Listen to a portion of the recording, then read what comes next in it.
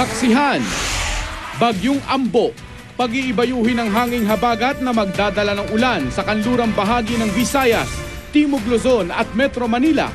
Mga maliliit na bangkang pangisda sa Sorsogon, Tacloban at Southern Leyte, pinagbawalan ng pumalaot.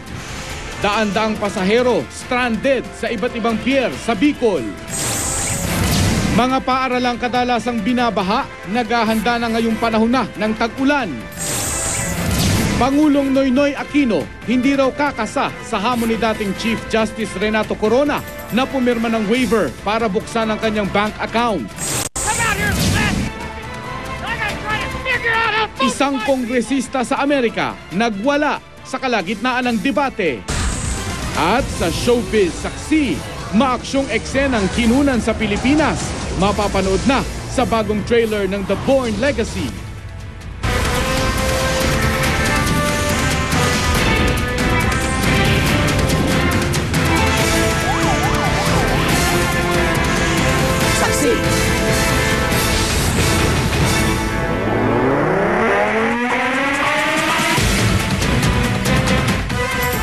Nagbago ng direksyon ang Bagyong Ambo at ngayon nagbabanta na sa Aurora, Cagayan area.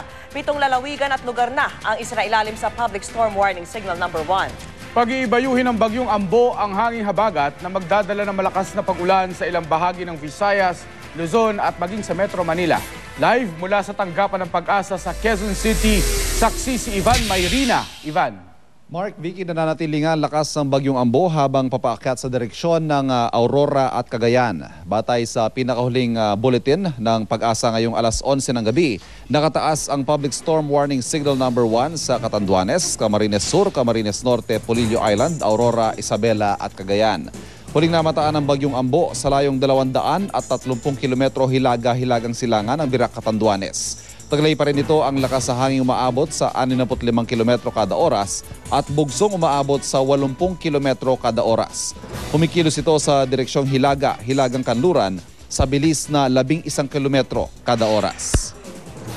15 hanggang 25 millimeters per hour ang dami ng ulang dala ng Bagyong Ambo. Ibig sabihin, maulan ang bagyo. Malawak din ang sakop nito na may 500 kilometer radius. Ayon sa Pag-asa, hindi inaasahang tatama sa lupa ang bagyo. Gayunman, pag-iibayuhin ng Bagyong Ambo ang hanging habagat na magdudulot ng malalakas sa pagulan, partikular sa kanlurang bahagi ng Visayas at Timog Luzon, kabilang na ang Metro Manila. Kanina nga ay bumuhos na ang malakas sa ulan sa ilang bahagi ng Metro Manila tulad ng Quezon City. Dahil sa bagyo, ganitong panahon pa rin daw ang maaasahan sa susunod 2 araw, ayon sa Pag-asa. Ang inaasahan po natin dito is yung habagat na idudulot ng nasabing weather disturbance. Bagamat naasahan nga natin na hindi tatama sa anumang bahagi ng ating kalupaan. Magyang unang araw ng klase sa darating na Lunes, inaasahan magiging maulan. Posible pang araw na may public storm warning signal pang nakataas sa Lunes, partikular sa hilagang silangan ng Luzon. Maaring in the morning of Monday, may areas pa na under storm signals. Likely yung northeastern part of Luzon. But tama po yun na we have to emphasize na ang epekto nito, no? na inasahan natin na pag-ibayuhin ang habagat at ito ang magdadala ng mga pag-ulan. Mark, Vicky, karaniwang problema tuwing tagulan ay ang kanselasyon ng mga klase na karaniwang iniaasa sa Pag-asa. Pero ayon sa NDRRMC, sa ngayon daw ay binibigyan na nila ng mas malaking kapangyarihan ang mga lokal na pamahalaan, gayon din ang mga lokal na sangayon ng DepEd para magkansela ng klase, lalo silang mas nakakaalam sa aktual na sitwasyon sa kanilang mga lugar. At live mula sa Pag-asa, ako si Ivan Mayrina, ang inyong saksi. Pinagbawalan namang pumalaot ang maliliit na bangkang pangisda sa Sorsogon bilang pag-iingat sa posibleng paghagupit ng Bagyong Ambo. Daan-daang pasahero ang naiwang stranded sa iba't ibang pantalan sa Bicol Region at narito po ang report. Kasabay ng paglapit ng Bagyong Ambo sa Bicol Region, maghapong nasaksihan ang paghampas ng malalakas na alon sa mga baybayin ng probinsya ng Sorsogon. Ang mga maliliit na bangkang pangisda, pinagbawalan ng pumalaot pero may mga pampasaherong bangka pa rin pinayagang bumiyahe. Pero sa Tabaco Port sa Albay, tigil na ang biyahe ng lahat ng sasakyang pandagat papuntang Catanduanes na may storm signal na nitong Huwebes ng gabi.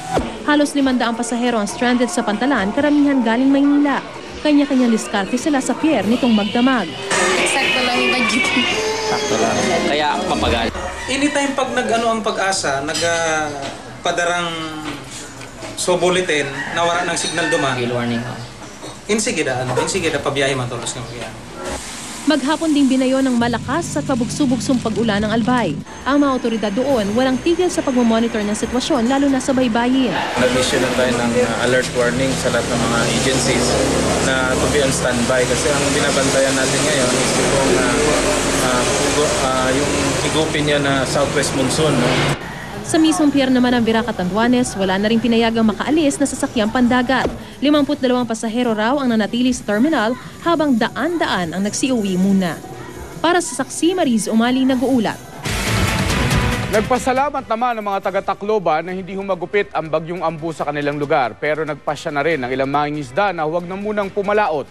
Mula sa Tacloban, Leyte, saksi si Michael Fahatin.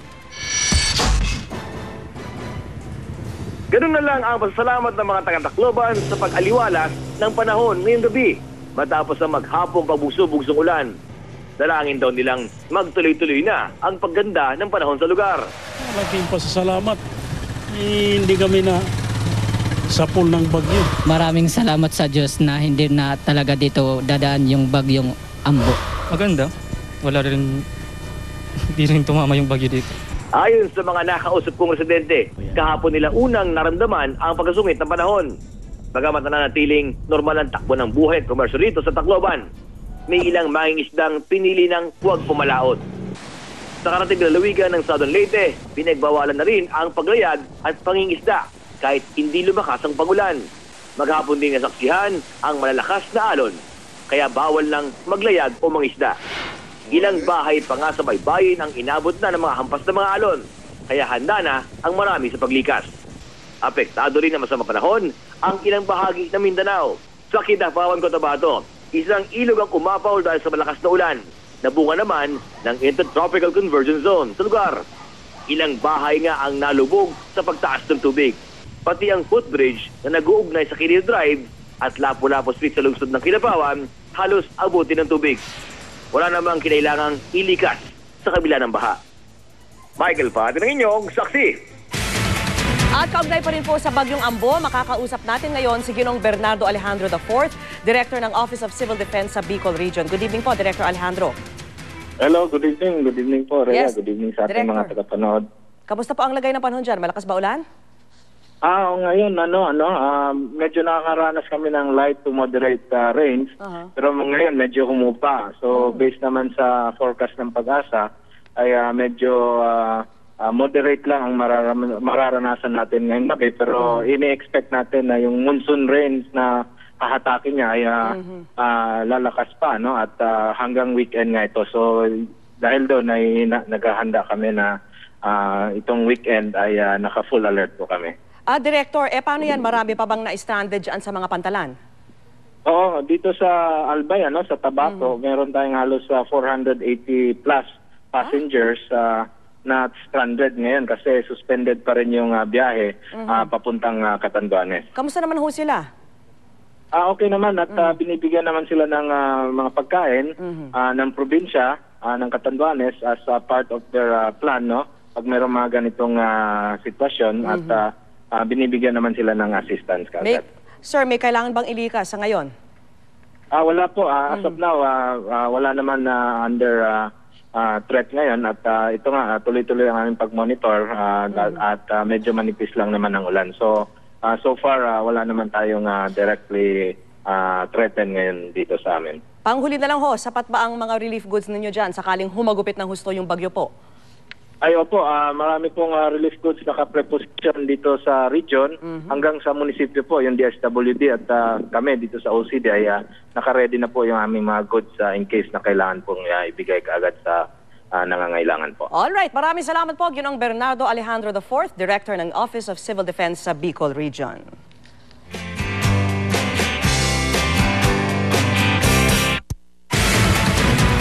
Asahan na raw ang maulang school opening, kaya naman puspusan na po ang paghahanda ng mga paaralan tulad sa Malabon na karaniwan ng binabaha. Narito po ang report. Madalas pag umulan ng malakas kahit pa nga walang bagyo, damay ang mga eskwelahan sa mga pagbaha sa Malabon. Ang mga bata lumulusong sa tubig makapasok lang. Kaya naman sa Dampalit Elementary School, puspusa na ang pagtatayo ng mga bagong silid. Pero dahil patapos pa lang, posibleng hanggang sa pasukan sa Lunes, magmistulang kaklase ng mga estudyante ang mga nagtatrabaho pa rin karpintero.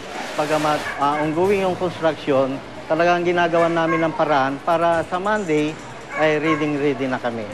Itong makikita ninyo itong mga kalat, medyo isisinop natin yan kasi talagang medyo nadili nga itong paggawa nitong eskwelahan na to kasi napakahirap gumawa dito. Kabi-kabila rin ang pagsasaayos ng mga kalye sa Metro Manila bilang paghahanda sa pasukan. Pero ang ilang estudyante sa Sampaloc, Maynila, malapit sa University Belt, kabado na sa perwisyong idudulot ng hindi matapos-tapos na mga construction pagpasok nila sa Lunes. Pag gabi, hindi makikita yung so pwedeng merong mahulog, ganyan. And may mga nasisirang tsinelas, syempre ganun. And inconvenient talaga. Kasi hanggang dulo yun eh. Hindi pa natapos-tapos since Feb po ata. Parang wala naman pong gumagawa eh. Kasado na rin ang pagpapaigting sa seguridad para sa halos 30 milyong estudyante sa buong bansa. Kabilang na riyan ang kampanya laban sa snatching, mugging, robbery hold-up. Dapat meron police assistance center. Kung po pwedeng doon sa mga tahimik na lugar, katulad dito sa Krame, baka po pwede po yung gwardiya namin, security guard na, para yung mga police po ma-deploy din namin sa baba. We're trying to remind all the schools to take these precautions because you're not only handling the internal problems within the school, but you have to look also at the environment outside. Tuloy-tuloy naman ang buhos ng mga mamimili sa Divisoria kung saan mura na, marami pang mapagpipilian para sa mga gamit pang eskwela. Para sa saksi, Cedric Castillo, nag-uulat.